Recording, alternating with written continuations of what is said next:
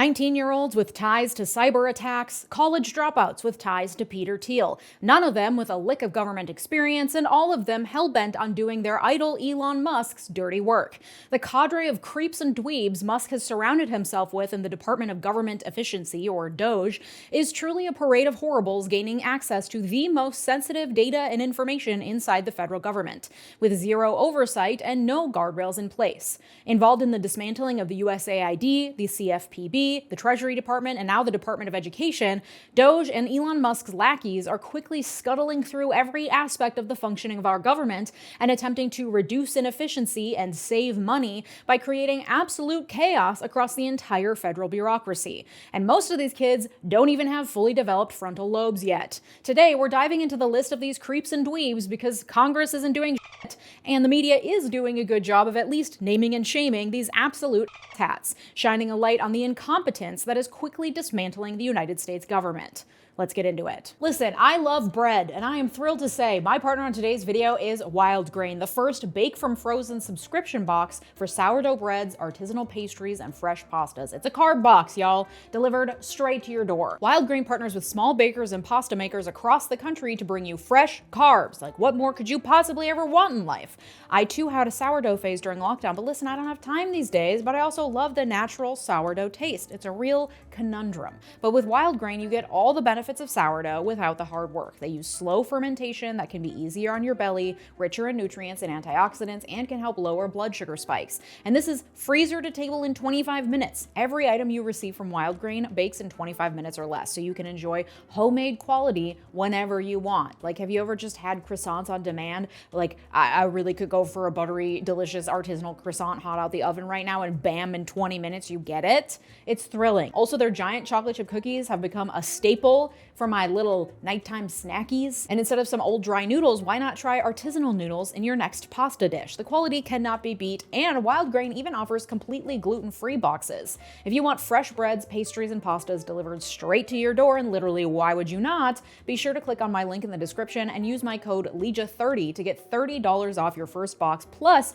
you get free croissants for life if you use my link. Yeah, you heard that right. Free croissants for life if you use my link below along with my code Leeja30. Honestly, you're welcome. Thanks, Wild Grain. The names of Doge staff that have been dropped, and I'm saying dropped, not leaked, because these people are supposedly working on behalf of the federal government, despite not being overseen by any part of the federal government besides loosely the president. These names should be public information. Musk has claimed that it's a crime to release the names of people who work for him, and while it is true that as a special government employee, Musk is able to get around ethics and financial disclosures that normally apply to federal workers, but there's still that pesky government employee in his title, which, according to his own statements, should subject him and Doge to a certain amount of oversight by we the people. So I say, release the names. Look me in the eye while you dismantle my rights and protections, you fucking cowards. I'm not interested in doxing these people. I don't care where they live. I just care that everyone who sees them on the streets knows what they're doing, and that every future employer knows what they've done. So let's go through the list of the ones who we have information about, because according to reporting from The Guardian, many of these employees have taken steps to limit their online footprints.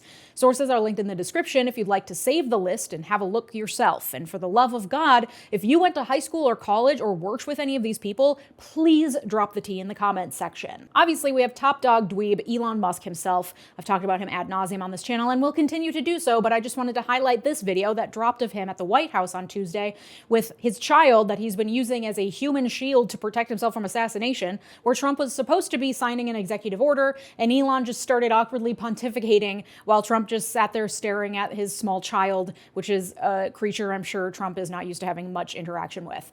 I hope and pray that Elon will be his own undoing as he continues to steal the spotlight from Trump, something Trump famously does not like. He talked about how the representatives elected by the people are the ones that should decide what happens, and not a large unelected bureaucracy in the administrative state, which is f***ing rich coming from an unelected foreigner leading a large unelected group of people working to drastically change the government while people literally protest in the streets about how we did not elect him. So that's the man in charge of it all. You hate to see it, and so you know the fruit of the poisonous tree is going to be equally as fucked. Let's get into that. Steve Davis, 45, worked alongside Elon to plan out Doge operations and helped recruit staffers. He's also CEO of the Boring Company, an Elon-owned company tasked with drilling tunnels under major U.S. cities for Tesla cars to drive in. He has a PhD in economics from George Mason University, which is a university that has received extensive funding from the Koch brothers to help spread insane, deeply libertarian economic fringe theories. In fact, Davis is such a fan of Ayn Rand that he regularly quotes libertarian Bible Atlas Shrugged and even appeared as an extra in a 2012 Atlas Shrugged movie. After Elon bought Twitter, he tapped Davis to help with gutting the company, and Davis and his wife set up a literal bedroom in Twitter headquarters where they slept with their newborn baby so Davis could work long hours. According to The Guardian, he is known for cost-cutting and clashing with safety regulations. In 2023, OSHA found that 15 to 20 Boring employees had been burned as a result of their work in a tunnel underneath Las Vegas. The company technically had a safety manager who told Fortune that Davis regularly undercut and isolated him in ways that got in the way of his ability to do his job. The safety manager at one point received an email from an employee saying that workers, quote, consistently flirted with death while in the tunnels. So that's Elon's right-hand man in the dismantling of our government. He was reportedly on the ground at the USAID office raid and was the one who threatened to call in U.S. Marshals if they didn't grant him access to highly sensitive information. He was reportedly joined in that raid by one Peter Marocco, someone who served at different agencies under the first Trump administration and has been tapped by Marco Rubio to run USAID, meaning to do the work of Doge to shut it down. Oh, also, Peter Marocco was also allegedly photographed participating in the January 6th insurrection inside the Capitol building. And if you're like, who is the person Steve Davis is married to that agreed to sleep at Twitter headquarters with their fresh baby? Well, that would be Nicole Hollander, 42. She conveniently also worked at Twitter, where she handled the company's real estate. It is widely reported that under Elon, Twitter downsized a lot of its real estate holdings to save money. She's now working at the General Services Administration, the governmental body that, among many other things, handles government real estate. According to reporting from AP, she is leading the effort to end leases on around 7,500 federal offices around the country, with a goal of terminating 300 leases per day. Stephanie Holmes, 43, is running human resources for Doge, if you can believe it. She was a lawyer for notoriously conservative law firm Jones Day, a firm that frequently represents Trump, according to ProPublica. She was the chief people officer at 𝗏𝗏, which is a nuclear energy company chaired by OpenAI CEO Sam Altman. And she had an HR consulting firm in which she apparently advised companies that they should pursue non-woke DEI initiatives, whatever that means. Katie Miller, 33, no relation, is married to Stephen Miller, also no relation, the White House deputy chief of staff and known far-right activist who's deeply anti-immigrant and has alleged ties to white nationalism. They were married at the Trump Hotel in D.C. Woof. Anyway, I digress. Katie got a Master's of Public Policy from George Washington University, and her BA is from the University of Florida. She was active in student government there, and in 2012, she was caught destroying hundreds of copies of the school's newspaper after it endorsed an opposing student government candidate. Seems she got into book burning and vendettas at a young age. She was deputy press secretary for the Department of Homeland Security under the first Trump administration, during which she repeatedly denied claims that children were being separated from their parents at the border. She was then press secretary to VP Mike Pence. She got COVID in May 2020 and exposed Pence to it, who then exposed Trump to it. But alas, the assassination attempt did not work. Continuing her role as chief denial officer, she is now the Doge spokesperson and has assured us all that no classified material was accessed without proper security clearances when Doge raided the USAID offices and demanded access to confidential information without proper security clearances. She also asserted last week that it would be Elon Musk himself who decides when his actions constituted a conflict of interest or not. So don't worry, guys, Elon's handling it. There's also a number of lawyers working for Doge. Those include Jacob Altic, 32, a graduate of University of Michigan Law School, one of the best in the country. He clerked for the D.C. Circuit Court of Appeals for a Trump-appointed Judge Rao, a judge known for critiquing the administrative state. The D.C. Circuit is a very prestigious group of judges to clerk for. Many of those judges are tapped for Supreme Court nominations. He has also been selected to clerk for Justice Neil Gorsuch starting this summer. It's unclear what work he's doing for Doge, but he has an official Doge email address. Then there's James Burnham, 41, listed as Doge General Counsel. He worked in Trump's first-term Justice Department and worked on the judicial selection process, including the selection of Judge Gorsuch. He then clerked for Gorsuch in 2020. Interesting. A little gentle quid pro quo, allegedly. And then there's Keenan D. Kamayak, 45, who clerked for Sam Alito when he was a federal circuit court judge, then clerked for Chief Justice John Roberts in 2006. Then he got really into crypto and blockchain and seems to be really libertarian, though he gave $500 to Barack Obama's campaign in 2008, and his dad, Douglas, is a Reagan administration lawyer who also endorsed Obama and was then named his ambassador to Malta. And the fact that this guy has some background in crypto and blockchain stuff, I'm sure deeply appeals to Elon Musk.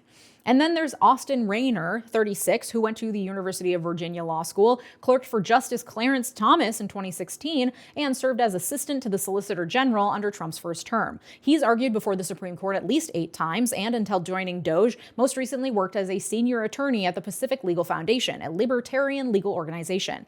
He's thought to be instrumental to the order attempting to rewrite the Constitution and end birthright citizenship. And then there's the group of young whippersnappers Elon has tapped, and this group of dweebs and creeps has been getting a lot of media attention. Let's start with 𝗪𝗠𝗧𝗏, 25. He's technically an employee at the Treasury Department, apparently with direct read and write access to Treasury Department payment systems, including 2 of the most sensitive systems in the US government, according to reporting from Wired.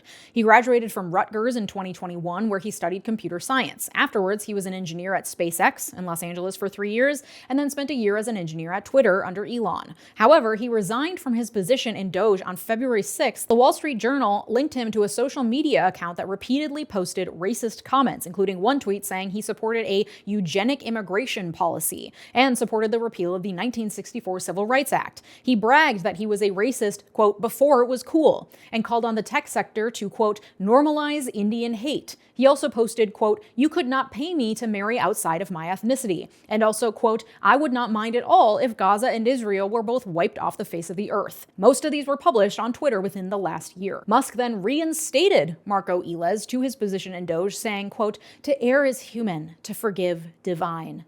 Being racist is just human error, you guys. There shouldn't be consequences for that. J.D. Vance agrees, saying that, quote, stupid social media activity shouldn't ruin a kid's life, so bring him back. Elon then went on a crusade against the Wall Street Journal reporter who dropped the story about 𝗪𝗠𝗧𝗏's racist tweets, saying her reporting was illegal doxing and saying she should be fired and that she's a, quote, disgusting and cruel person. And I'm flagging this because whenever someone in power, even if that power was not earned via an election and is being used to take over the government, makes personal attacks against journalists or tries to undercut published articles in major newspapers, that should be noted with suspicion. Journalists play a major role as watchdogs of the government. Catherine Long, the reporter, was doing her job. There are lots of criticisms to be rightfully lobbed at mainstream media, but sowing widespread distrust and personal attacks on journalists, especially by people with lots of governmental power and none of the ethics that journalists tend to have, is very, very dangerous territory. Trump does it. Elon Musk does it. It needs to be called out for what it is. 𝗬𝗏𝗧 and other Doge members have access to Treasury Department systems, which prompted the threat intelligence team at one of the department's agencies to designate Doge staff as an insider threat who should be monitored and have their access revoked pending a review of all actions they have taken on the systems. They allege that there were reports that Doge members have performed unauthorized changes and locked civil servants out of sensitive systems. The intelligence team stated in an email, quote, continued access to any payment systems by Doge members, even read-only, likely poses the single greatest insider threat risk the Bureau of Fiscal Service has ever faced. Luke Ferreter is 23 years old and is the executive engineer in the Office of the Secretary for the Department of Health and Human Services. He studied computer science at the University of Nebraska-Lincoln and interned at SpaceX. And in March last year, he got a Thiel Fellowship, as in Peter Thiel, far-right billionaire tech entrepreneur lunatic. The Thiel Fellowship gives a $100,000 startup grant to students who drop out of college. That's right, this boy does not have a computer science degree. He just took a few undergrad classes. And then Elon was like, what is this? A white boy who likes computers? Hired! To illustrate just how much of a dweeb this guy is, he studied Latin and is a huge history buff and won $250,000 for using AI to decode an ancient scroll from the ruins of Pompeii. Okay, admittedly, that's really cool, but I mean, look at this kid. He then dropped out of college to work for Silicon Valley entrepreneur Nat Friedman, who was running the competition that Luke won, doing what Luke described as, quote, mostly investing stuff to reporters for the Free Press. Not really sure what that means for a computer science dropout, probably AI-based investing stuff, I would guess. Anyway, now he's the executive engineer at the Department of Health and Human Services, obviously. 𝗏𝗧𝗧𝗏, whose real name is 𝗏𝗏𝗧𝗏𝗧, which sounds like a rich prep school boy name if I ever heard one, is 24 years old and works for now as a federal detailee at the Environmental Protection Agency. According to ProPublica, federal detail allows government employees to transfer between agencies for temporary roles. So he's officially a member of the Doge team who is on assignment at the EPA, it appears. He studied math and also computers at McGill University. ProPublica says he conducted blockchain-related research at McGill. I mean, I don't know. I think a lot of these media outlets are giving more credence to these boys' undergraduate backgrounds than they deserve. Conducting research as a sophomore in college or whatever doesn't mean you know what you're doing or are gaining much experience at all, you know? That these kids did research in undergrad or studied computer science doesn't say much at all about their experience or skill level, especially since it appears some of them didn't even graduate. So saying 𝗏𝗧𝗧𝗏 conducted blockchain-related research while in undergrad means fucking nothing. He's read a couple articles, which I guess makes him qualified to head Doge efforts at the Environmental Protection Agency. 𝗬𝗏𝗧𝗏𝗧𝗏 is 25 and a senior advisor at the Office of Personnel Management, though his work included the closure of USAID. His email address was the one that all replies were sent to when USAID employees responded to the message informing them that the Washington offices were closing down. 𝗬𝗏𝗏𝗧𝗏𝗏 is, again, 25 with zero government experience. He graduated from UC Berkeley in 2020 and spent 5 years as a software engineer at a cloud-based AI company called Databricks. Recently on his Substack, he wrote an essay called Why I Gave Up a Seven-Figure Salary to Save America. It was behind, I do not, a $1,000 paywall, and then the post itself was blank. The only other two posts on his Substack is one titled The Curious Case of Matt Gaetz, How the Deep State Destroys Its Enemies, and Pete Hegseth as Secretary of Defense, The Warrior Washington Fears. The seven-figure salary post was apparently a troll, especially given that, according to reporting from the Daily Mail, salaries for his position at Databricks range from about $100,000 to $300,000, which, if you can't count, is six figures. And just to further illustrate why this man is a dweeb, according to the Daily Mail, which obtained access to his now deleted GitHub, he's a black belt in Taekwondo, loves playing piano and clarinet, and one of his favorite pastimes is playing online blitz chess. 𝗏𝗧𝗏𝗏𝗧 also was just named in a lawsuit filed on February 9th against acting head of the CFPB, Russell Vought, brought by the National Treasury Employees Union on behalf of CFPB employees seeking to halt disclosure of their sensitive personal information to Doge. The lawsuit lists 𝗏𝗏𝗏𝗏𝗧 plus Chris Young and 𝗬𝗏𝗏𝗏𝗏𝗏𝗏 as three Doge employees that were forcibly added to CFPB email directories as senior advisors within the CFPB despite never being employed there. Vought has instructed the CFPB to give Doge access to all non-classified systems, according to the lawsuit. So it seems 𝗏𝗏𝗏𝗏𝗏 and these other two names that haven't been previously reported on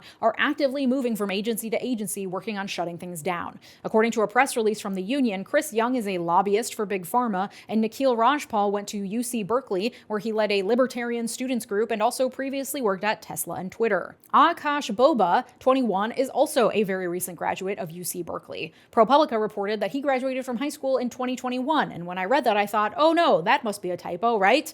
And then I did the math, and 2021 was indeed 4 years ago. He interned at Meta and also at Palantir, the data analytics firm that is a major defense contractor with the US government and was founded by billionaire right-wing lunatic Peter Thiel. Remember how I said a long time ago before the election that he owns JD Vance and is going to have his fingers rather secretly in all sorts of government pies? This is one way of doing so, taking young, impressionable, ambitious boys, turning them into acolytes, and then placing them strategically in the government.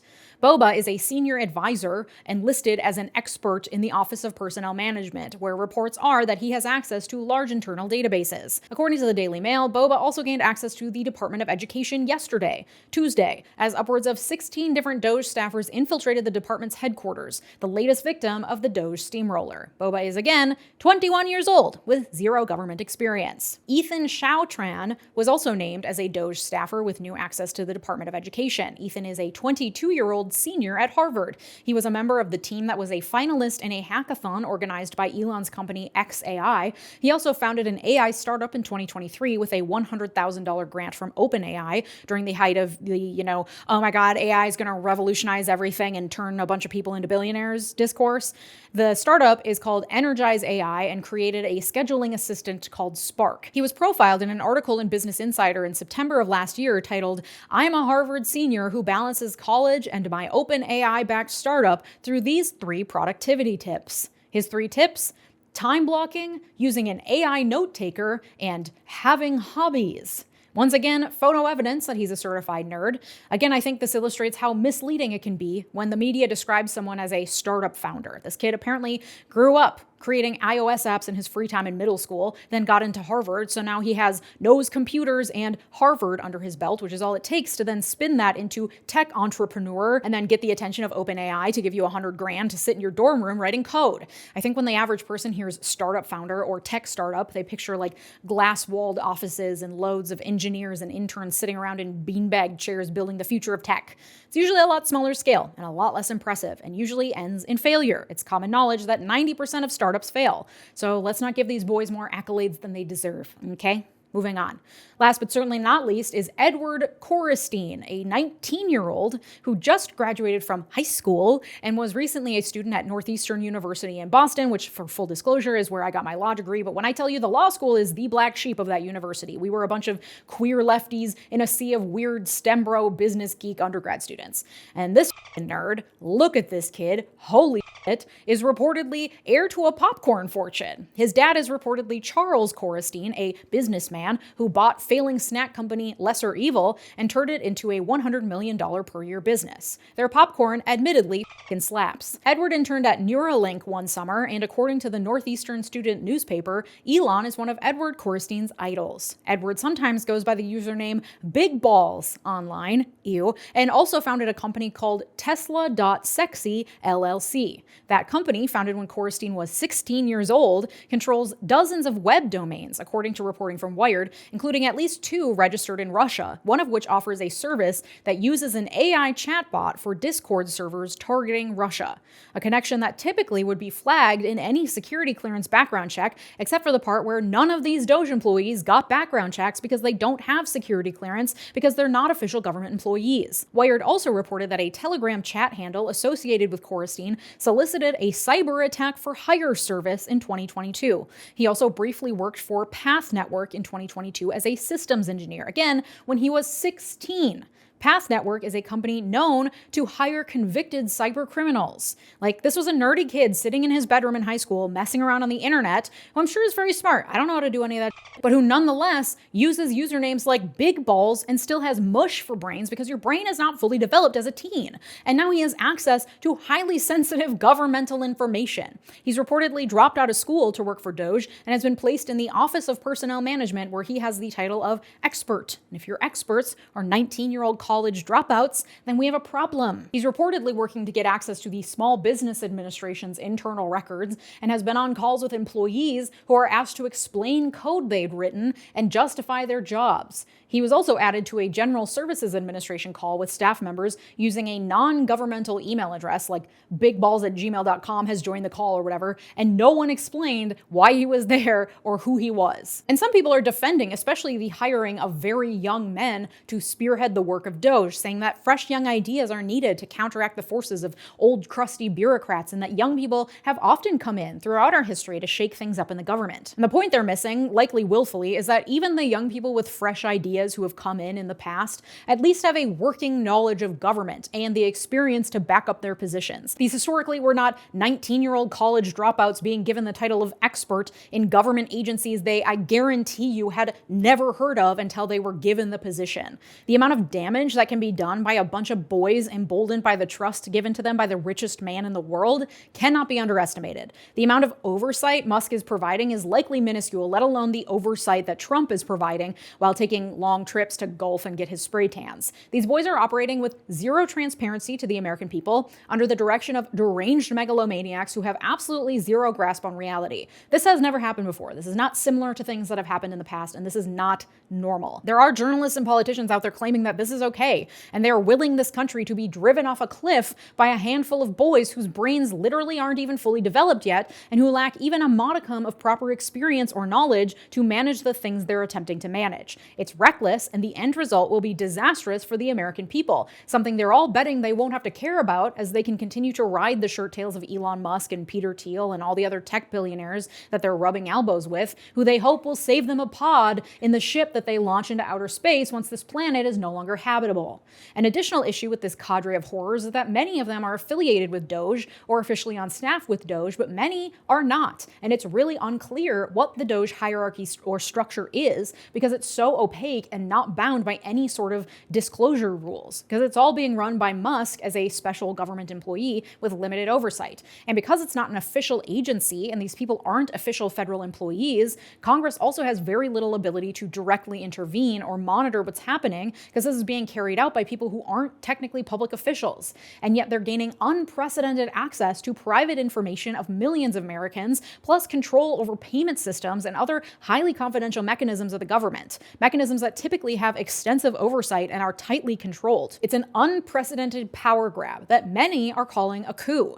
It doesn't look like a traditional coup because there aren't, marching armies or attacks on capitals, at least not recently. Instead, it's a digital coup with a small army of nerds who know just enough to be dangerous, but not enough to fully understand the weight of their actions, coming in and not only dismantling agencies, but also creating genuine chaos across the government and compromising highly sensitive information in a way that only makes this country and the people in it more vulnerable. Because the role of government is to protect and provide for its people. We can argue to what extent it's supposed to do that, but the end game of this Doge work appears to be the complete dismantling of the very functioning of government, as the Project 2025 playbook foretold, which is precisely what far-right extremists who think the government should just protect property rights and nothing else are gunning for, all in the name of saving us money, even though the tax cuts Trump has floated have been shown time and again to only benefit people making over like $300,000 a year and will actually cost the rest of us more money while providing fewer benefits.